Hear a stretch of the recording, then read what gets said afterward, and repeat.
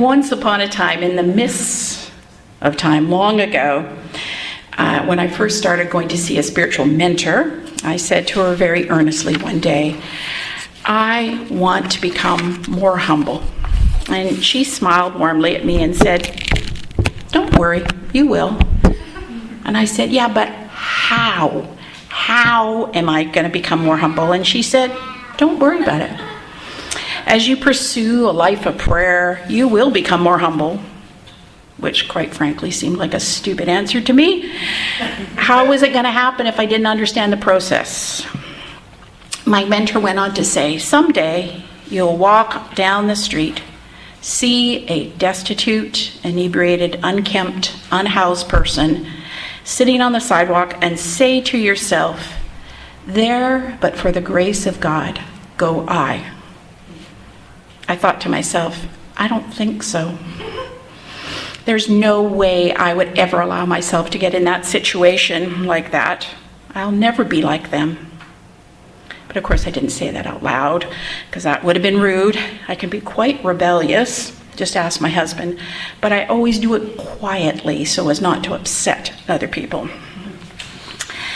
You know, as our church family considers a potential move to another facility in very close proximity to the tent city in Victoria, where the unhoused lived, I've been thinking about this a lot.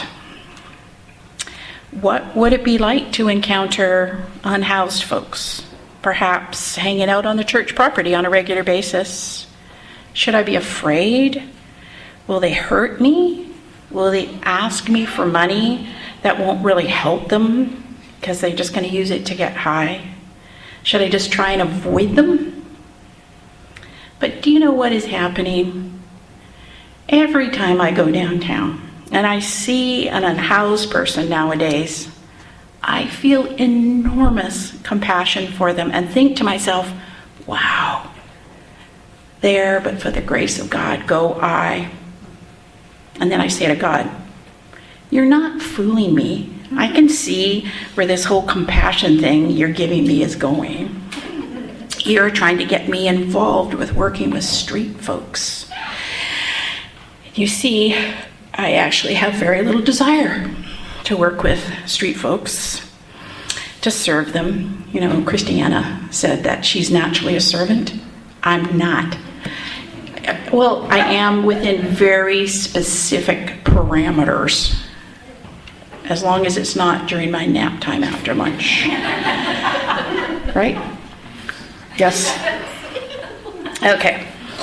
See, my idea of a really good time would be to go on a silent prayer retreat in a beautiful location with good food and really nice people.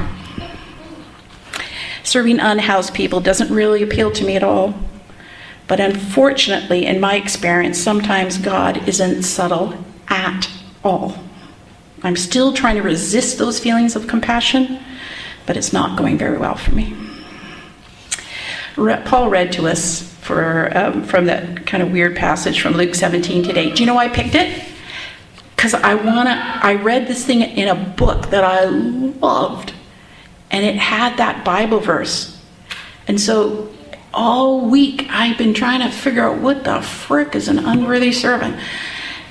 And I'm reading all these commentaries, reading all these things. I'm still not super clear. But anyway, see what you think after you hear what I have to say. So I think, like, why on earth would you want to be one? Truthfully, like I said, I'm not completely sure exactly what it means. But as near as I can figure, it's someone who derives their purpose and joy from serving other people. Put it down. Keep going in and out. Their purpose and joy comes from being servants, not masters. Their masters are the underdogs of society. Can you think of someone whose purpose and joy came from being a servant, not a master? You should have learned this in Sunday school. Jesus. Okay, this is why I chose this thing, and because I want to read to you a passage from a book called These Precious Days by Anne Pachette. Has anyone read some of her books? She wrote Bel Canto. Isn't that a great book? Just Oh, anyway, if you have a chance, read something by her. It is out of this world. Anyway, this is a piece that she wrote called A Worthless Servant. So I'm gonna read you part of it and talk to you about some of it. So this woman, Anne, was asked to write an essay about a saint for an anthology of saints that somebody was working on, but she couldn't think of a dead saint she wanted to write about, so she picked a live person she knew instead. The man she wrote about is Charlie Strobel, and he's a Catholic priest in Nashville, where she lives. Of course, she didn't tell, is he up there? Can you see him there? Of course, she didn't tell Charlie she thought he was a living saint. He would have hated that. So in this first bit, she talks about going to a derelict motel for street folks with Charlie. She writes, "The Stadium Inn was what my policeman father would have called a flophouse, pay-by-the-week motel of the lowest possible order.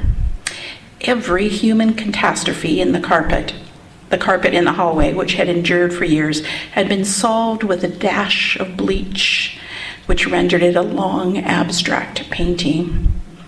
Charlie and I had come to visit Ron and Sid, who would soon be moving into their own apartment, an apartment that had no stove.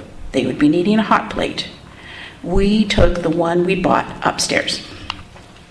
Beneath the low yellow light, each closed door along the corridor thumped out a distinct musical beat, including the one that we were standing in front of. I saw an eye steady us through the peephole and then pull away. 'Sid!' Charlie called out in the tone of a cheerful but persistent relative who has dropped in for a visit. 'It's Charlie. Open the door.' He waited. He knocked again. It was a long wait, but finally the door cracked open and a single dark eye peeked out of a cloud of cigarette smoke, and then the door opened wide. 'Father!' the man said, and gave Charlie a hug. He says father because he's a Catholic priest, right? Sid and Ron were salt and pepper shakers. Ron with faded red hair and a graying beard halfway down his chest. Sid with dark brown hair and a heavy beard. Both men wore loose jeans, tank tops, and baseball caps. Neither could have weighed much more than 100 pounds, their upper arms no bigger than their wrists. Introductions were made and they shook my hand. And for all of their reticence about opening the door, they were clearly pleased we had come. The room contained 2 unmade beds with a heaping ashtray between them, a console television playing country music. A shopping cart was parked against the wall, neatly packed, its contents tarped over and tied. "We're ready to go," said Ron, giving the cart a pat. "We've got someone tomorrow coming to help us move." "Are you staying sober?" Charlie asked, his voice making it clear that he would be proud of them if they were, and love them still if they were not.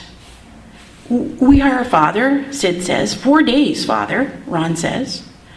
Charlie tried to lead them in a conversation about how much better it was to be clean, and though they clearly wished to please him, their hearts weren't in it. They planned on finding jobs once they settled in their new place, maybe dishwashing. Ron took off his baseball cap, pushed back his hair to reveal a long scar running across his forehead. "I don't know, though," he said. "Don't think so clear since I got hit." Charlie gave them the hot plate, and they marveled at the newness of the thing still in the box. They talked about the move, and Charlie said he'd get them bus passes. When we were finally ready to leave, both men hugged him again and promised good behavior for the future. They told us about a man 5 doors down the hall, someone who wasn't doing as well at staying out of trouble, and so we went and knocked on that door for a long time. But despite the loud music blaring from the other side, no amount of calling could draw him out. "That's the best I've seen them look in a long time," Charlie said cheerfully as the shuddering elevator dropped to the ground floor. "Their eyes look great, don't you think?" I hadn't seen their eyes before, but I was struck by the sweetness of both men and how, more than anything, they looked tired. Homelessness is an exhausting and dangerous state of being. How's that for an understatement? All you have to do, Charlie tells me, is give a little bit of understanding to the possibility that life might not have quite been fair. The trouble with good fortune is that we tend to equate it with personal goodness, so that if things are going well for us and less well for others, it's assumed they must have done something to bring that misfortune on themselves, while we must have worked harder to avoid it. We speak of ourselves as being blessed, but what can that mean except others are not blessed? That God picked a few of us out to love more. It is our responsibility to care for one another, to create fairness in the face of unfairness, to find equality where none has existed in the past. Despite his own experiences of unfairness in his life, that is what Charlie had accomplished. Charlie started up a shelter for the unhoused, and he told me about a man named Doy Abbott who caused so many problems. He was my terrorist, Charlie said. Every morning he woke me up to demand breakfast. He was a regular at the shelter. He kicked in the screen door. We had to have that door replaced 3 times. He cussed out everybody in our parish. He expected everything to be done for him. My mother used to say to me, "That man Doy is your ticket to heaven." And I'd tell her, if he's my ticket to heaven, I don't want to go. Everyone in the parish was afraid of him. Everyone except Mary Hopwood. She was the housekeeper and the secretary and the bookkeeper for the parish. She'd come to work at the age of 55 after raising 12 children of her own. With Doy, her tone was always quiet and respectful, and he was respectful in turn. They listened to one another. It was watching the way that Mary Hopwood related to Doy Abbott that made Charlie remember something that he'd heard Dorothy Day say.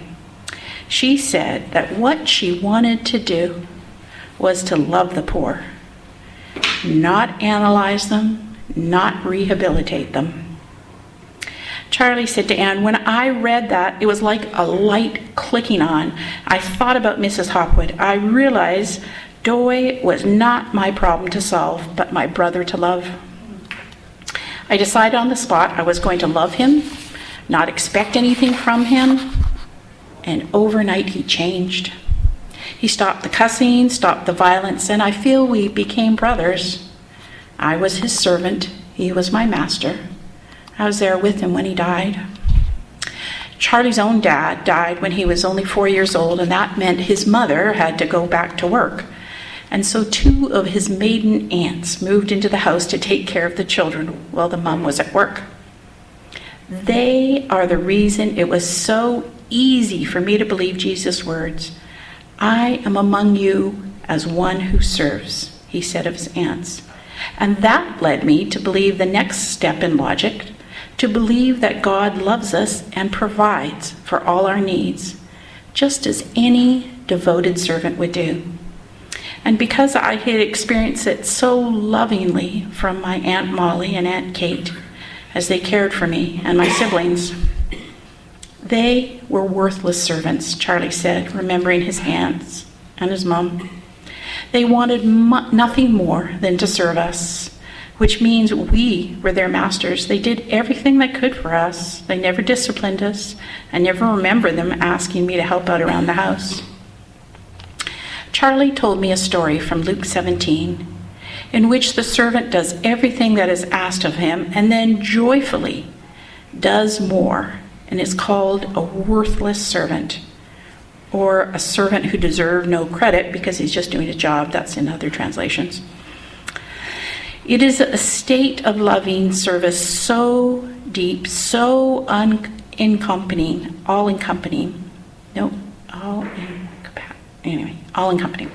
that the servant loses himself, so that the worthlessness, the idea of just being a servant, becomes a kind of transcendence. He asked if I was following him because he said the concept of achievement to be found in worthlessness can be a murky one. Certainly, I could think of many instances in which people who had been served were not inspired to go and serve others. But if being profoundly loved enabled us to profoundly love, then yes, I understood. Wouldn't that be a wonderful thing to have on your tombstone, he said to me, worthless servant? Anne wrote about another one of Charlie's heroes, his mentor, Father Dan, who played the role of a father to him when he was young because his dad had died. Charlie served as an altar boy at many funerals that Father Dan presided over, and at each funeral, Father Dan would say exactly the same thing. He would say, "We're on this earth getting ready to die. And when we die, God's not going to ask us, Charlie, Anne, Sally, John, fill in the blank, what did you do for a living? How much money did you make? How many houses do you have? God is only going to ask us two questions. Did you love me? Did you love your neighbor?" And we can imagine that Charlie or Anne or Sally or John would answer truthfully, "Yes, Lord, you know I loved you. You know I tried to love my neighbor." And God will say, "Well done, good and faithful servant. Now enter the kingdom of heaven." Lastly, Anne talks in this piece about helping Charlie do some fundraising at one of those fancy dinners, receptions in a ballroom, where along with the food on the table, they have those little pledge cards and pencils. And when she gets up to speak about Charlie's work, she says, "I am one of the people that Charlie's organization is serving. Part of its mission is to give me the chance to experience what has been the enormous joy of Charlie's life, the opportunity to respond directly to the broken and disenfranchised among us. I tell the people at that dinner, I will never work in a foot clinic. I won't serve lunches, cut hair, distribute ice water on summer days. But I will write a check, because even while it isn't much, it's something which has got to be better than doing nothing at all. I tell them not to let greatness be the enemy of goodness." After the fundraising dinner, Anne tells us that everyone wants to get close to Charlie's so they can convince themselves that he is made of some rare and superior material that hasn't been given to them. But it isn't true. Calling Charlie a saint is just a way of letting themselves off the hook. Anne writes that after spending time with Charlie, I find it shocking to realize how simple it would be to see myself as a worthless servant, to find joy in the service of others, to open my heart and let it remain open to everyone, all the time. The trick is in the decision to wake up every morning and meet the world again with love. I have to think that the pyrotechnics of sainthood, crucifixion, fire in the stake, and all that other nasty business would be easier than this tireless, unconditional love. Standing in the ballroom of that fancy hotel is somehow harder than waiting in the bleach-splashed hallway of the Stadium Inn, because here we don't know enough to ask for forgiveness, nor do we realize that we are the ones being served. Anne tells us that when she attended Charlie's ordination ceremony many years ago, he handed out a card for everyone with the words written on it by JFK that Charlie himself tries to follow. And this is the quote from JFK. "Few will have the greatness to bend history itself, but each of us can work to change a small portion of events. And in the total of all these acts will be written the history of this generation. Each time someone stands up for an ideal, or acts to improve the lots of others, or strikes out against injustice, they send forth a little ripple of hope. And crossing each other from a million different centers of energy and daring, these ripples build a current that can sweep down the mightiest walls of oppression and resistance. Charlie Stropel and Anne Patchett extend JFK's important invitation to each one of us here today.